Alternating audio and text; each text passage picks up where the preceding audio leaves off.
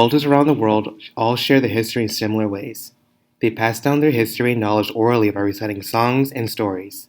In this video presentation, we will discuss such methods of cultural expression.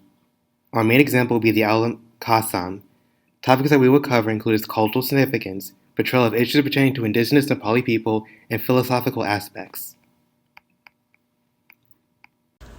For those who are unaware, Khassam means civilization. The album is inspired by Yaksa Mandam, which were stories that were recited by indigenous group of Limbo. They also go by the title Krat. Khassam provides a stark contrast between the music of a digital age and more historical music. The album links from the Western culture, colonization, and relinks with Krat epistemologies. Juma Limbu, the artist behind Khassam, grew up singing popular Indian and Nepali music. Her upbringing most likely made an impact on her interest in discovering more about Kirat cultural history. She grew up to then process, practice, perceive, and navigate everything that Dharma Kula Kirat Yaktan culture offered her. The album Khassam articulates the relationship between culture, nature, and music. It depicts how Suswa Lilim culture originated in the lap of Phak Tanglong. In spite of what the album had to offer in terms of cultural heritage, Kirat Yaktan were unable to freely express their cultural identity until 1990. This is because of the colonialism enforced by the caste Aryans, an Indo-Aryan ethno-linguistic group in Nepal. Yaktangs weren't allowed to research nor document their cultural, linguistic, and musical literacy due to the caste Aryan oppression. After their invasion in 1774, they imposed caste Hindu ideology, Hindu religion, and caste Aryan-centric principles as the norm. As a result, Kirat Yaktangs were forced to adopt a more patriarchal school of thought. The album speaks to several factors that are essential to Kirat Yaktang's indigenous matriarchal culture. Khassam makes contributions in the rekindling of Kirat Yaktang history and revitalizes cultural values and practices.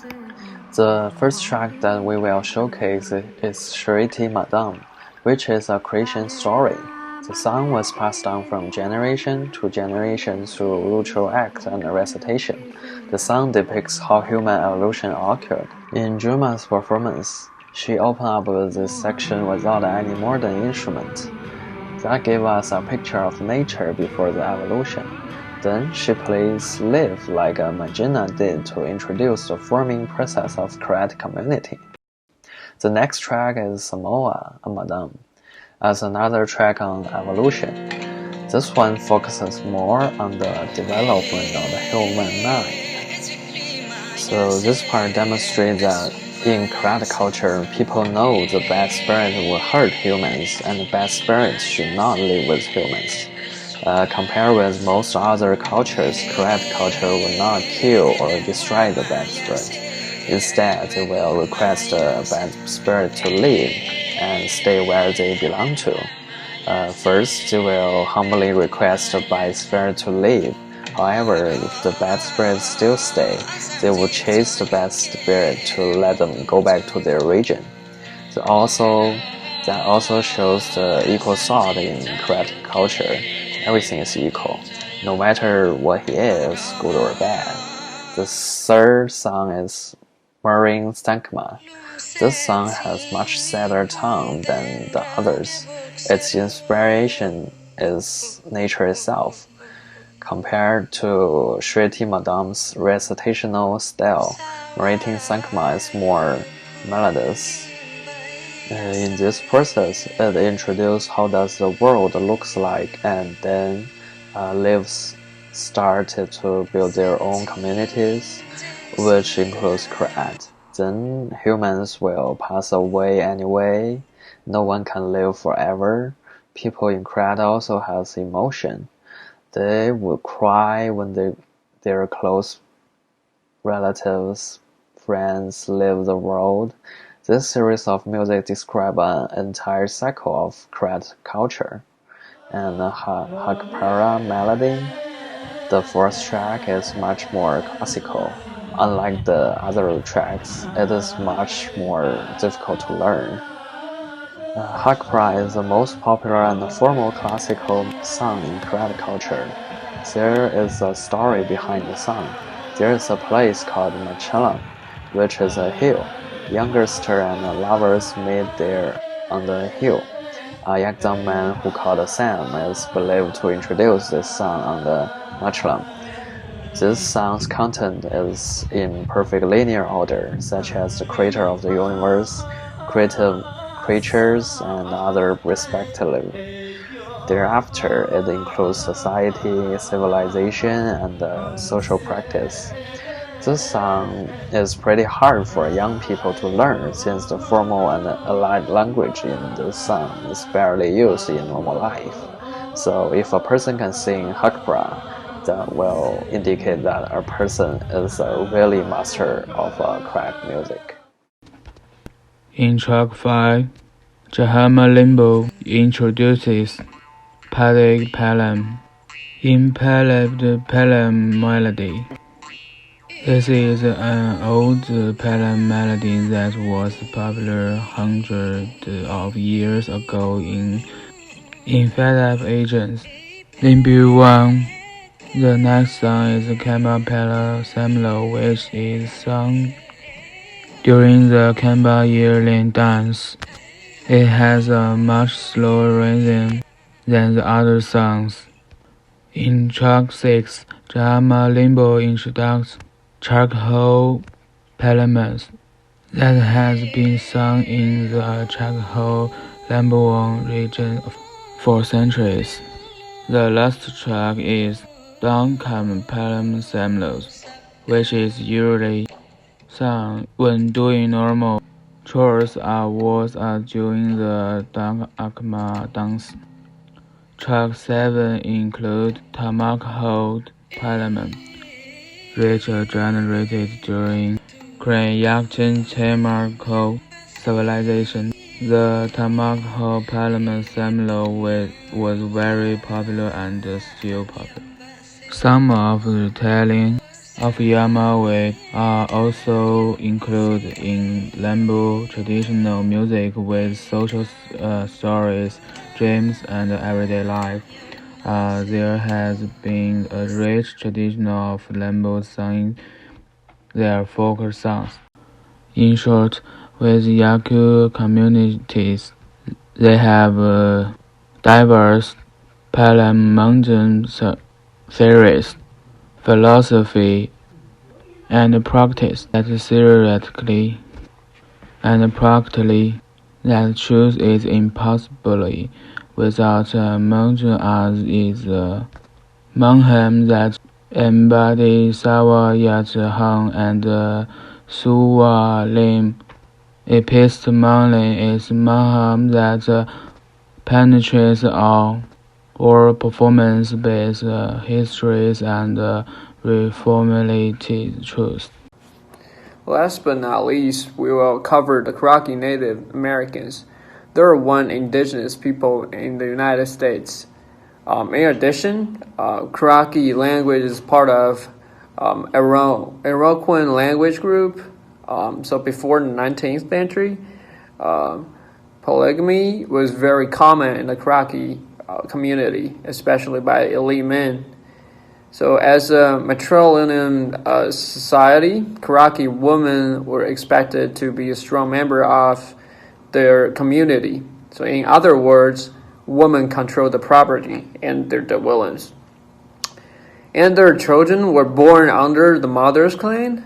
In addition, the leader of the group is usually be the elder lady.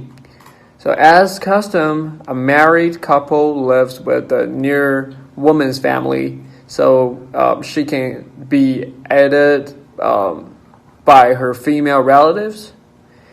And the wife's elder brother was more important mentor to their children than their father. So it is because father belongs to other clan. So traditionally, couples can divorce freely, but usually woman takes more control. So the Karachi and many other indigenous groups in the Western Hemisphere created stories and songs about land and animals. These songs has been passed on by generation. but much has been lost during the colonial period. So there are many songs has been translated to Karachi, from the Western countries, such as Amazing Grace. So the songs that live on carry the Karachi culture along with them. So the other example was the Pakistan oil culture in China. There are 55 military groups in China. They all have different cultures, different language, and different music. The Mongolia is a large group living in northern China, and Mongolia is a powerful empire with a history of more than 1,000 years. Mongolian songs are very representative of their culture and popular among the whole of China for many years. However, because of the Chinese Cultural Revolution, which was a dark period for China, some of the long-time Mongolian songs were seen as a kind of anti-communism culture, and the government totally shut it down by some political reasons. So the development of Mongolian songs was stagnated for 10 years. It was a big devastation for Mongolian music, and a great number of them were disappeared since the Cultural Revolution. However, the good thing is, after the people are allowed to make Mongolian long-term music again, and they create the many great songs that we still sing nowadays. And some colleges and universities have also opened a major of Mongolian long-term music. This song is representing a vast image of grassland which most Mongolians farm their livestock in Langtang. It shows us how Mongolian life looks like. They live with their cows and sheep. Most of them don't have motor vehicle for transportation, so they will also ride some horses. They hunt for actual food as well. In addition, in this song, it also told a short love story between younger. Overall, although this song involves lots of modern elements, it still represents a traditional lifestyle of Mongolian. The United States also uses folk music to share its culture. Traditional singers typically learned their craft through family ties in their community. Early Americans feared their folk stories and songs would be lost forever due to the introduction of radio broadcasts. A reason for this fear was that traditional songs were an integral part of daily life. For instance, various songs would accompany different parts of life, from work to religious celebration and at social occasions. This is similar to how indigenous Nepali songs such as Damke Akma Palam Samlo are sung during daily chores. The suppression of culture after the Cass-Aryan invasion and the consequential loss of history demonstrates how important it was to maintain folk music. In conclusion, Khassam was a very important milestone for Yakzam Mandam. It passed on a culture that was once lost to people of contemporary society. It also left a significant mark on the rest of the world. We give thanks to all people who helped Yakzan culture survive and thrive.